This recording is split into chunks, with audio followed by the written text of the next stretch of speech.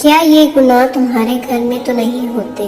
رزق کا دروازہ کیوں بند ہوتا ہے؟ حضرت علی رضی اللہ تعالیٰ عنہ نے فرمایا، بسم اللہ الرحمن الرحیم، السلام علیکم۔ ایک دفعہ حضرت علی رضی اللہ تعالیٰ عنہ کی بارگاہ میں ایک شخص حاضر ہو کر کہنے لگا، یا علی رضی اللہ تعالیٰ عنہ، دنیا میں کچھ لوگ دیکھنے کو ایسے بھی ملے ہیں جو امیر خاندان میں پیدا ہوئے، جب ان کا وصال ہوا تو اس وقت بھی وہ امیر ہی تھے، ان سے کبھی بھی رزق ختم نہیں ہوا، لیکن اس کے ساتھ ساتھ دنیا میں ایسے لوگ بھی پائے جاتے ہیں جو چند عرصے کے لیے امیر ہوتے ہیں لیکن بعد میں پھر وہ غریب ہو جاتی ہے، رزق ان لوگوں سے چھین لیا جاتا ہے۔ اس شخص نے پوچھا، یا علی رضی اللہ تعالیٰ عنہ، وہ کون سے ایسے گناہ ہیں جو رزق میں کمی لاتے ہیں، رزق کو ختم کر دیتے ہیں؟ حضرت علی رضی اللہ تعالیٰ عنہ نے فرمایا، اے انسان، 5 ایسے گناہ جس کو کرنے سے انسان کا رزق ختم ہو جاتا ہے، اس کے رزق میں آہستہ آہستہ کمی آنا شروع ہو جاتی ہے۔ اس شخص نے پوچھا، یا علی رضی اللہ تعالیٰ عنہ، وہ 5 گناہ کون سے ہیں؟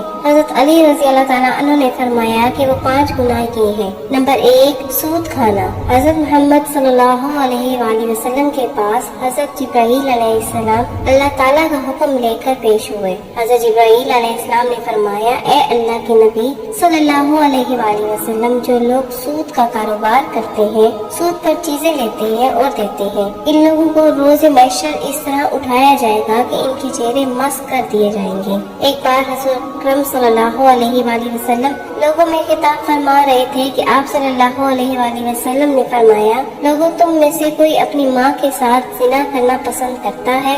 لوگوں نے جواب دیا، یا رسول اللہ صلی اللہ علیہ وآلہ وسلم، نہیں، ہم کو ایسے گناہ سے سخت نفرت ہے۔ حضرت محمد صلی اللہ علیہ وآلہ وسلم نے فرمایا، اتنا گناہ ماں کے ساتھ زنا کرنے کا نہیں جتنا گناہ سود کا کاروبار کرنے والے کو ملتا ہے، جو سود کا مال لیتا ہے اور دوسروں کو منافع رکھ کر دیتا ہے۔ رزق کے کم ہونے اور رزق کو ختم کرنے کی اصل وجہ سود کھانا ہے۔ حضرت شیخ سعدی رحمۃ اللہ علیہ فرماتے ہیں کہ ایک بار میں ایک نیا مکان خریدنا چاہتا تھا، میں مکان کی تلاش کر رہا تھا کہ ایک شرابی میرے پاس آ کر کہنے لگا، فلاں محلے میں ایک مکان ہے جو بہت ہی خوبصورت بنا ہوا ہے، ادھر ادھر تلاش کرنے کی بجائے فلاں مکان خرید لیں، میں بھی اس محلے کا ہوں، اس طرح میں آپ کا ہمسایہ بن جاؤں گا، اس مکان میں کوئی عیب نہیں ہے۔ حضرت شیخ سعدی رحمۃ اللہ فرمانے لگے، اے نادان بندے، اس سے بڑا عیب اور کیا ہو سکتا ہے کہ تو میرا ہمسایہ بن جائے، کیونکہ تو سود کا کاروبار کرتا ہے، اس سے بڑا عیب اور کیا ہونا ہے؟